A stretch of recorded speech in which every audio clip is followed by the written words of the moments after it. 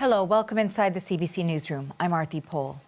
Grief and shock in Manitoba as people anxiously await more answers into the deadly crash that killed 15 people and injured 10 near Carberry. We know the victims, most of them seniors, are from Dauphin and nearby communities.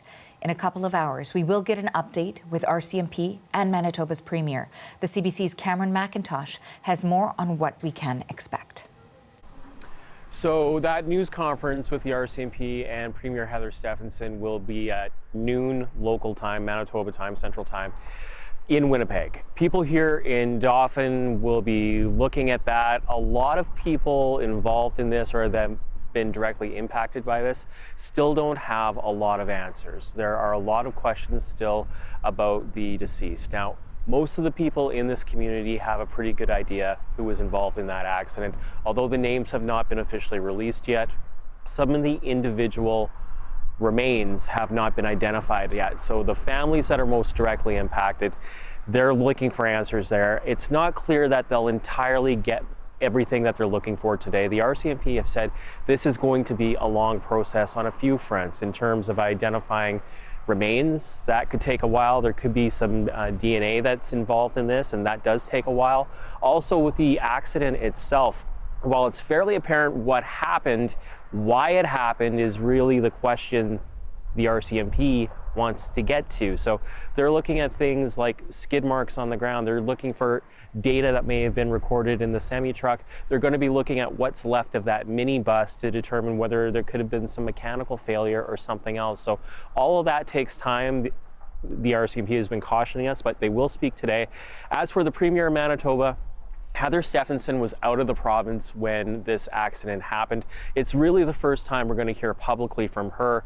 And I think what you'll see in that news conference is that there will be a lot of questions to the Premier about infrastructure here in Manitoba and about at-grade crossings on busy highways like the Trans-Canada Highway where this accident occurred. Manitoba is undergoing a bit of a capital campaign, and there are a couple really big highway projects underway right now, the city of Winnipeg and near the Ontario border. Whether or not the province starts looking at these underpass at these crossings, that's going to be a big focus in today's news conference, I think. So looking at infrastructure and certainly the investigation will take some time, but you know, the grief for so many started almost immediately, and so we're wondering whether or not there's any word about a vigil or public memorial to honor the victims. Not yet, but the City Council's meeting this morning about that, and faith leaders will be meeting tomorrow. And this is a little complicated because this investigation process is taking a long time, and it's taking a while for the families to get some information, so it's hard to plan. And this, you know, people are making comparisons to Humboldt here. Yes, the accidents were very similar, but the situation in the community is different.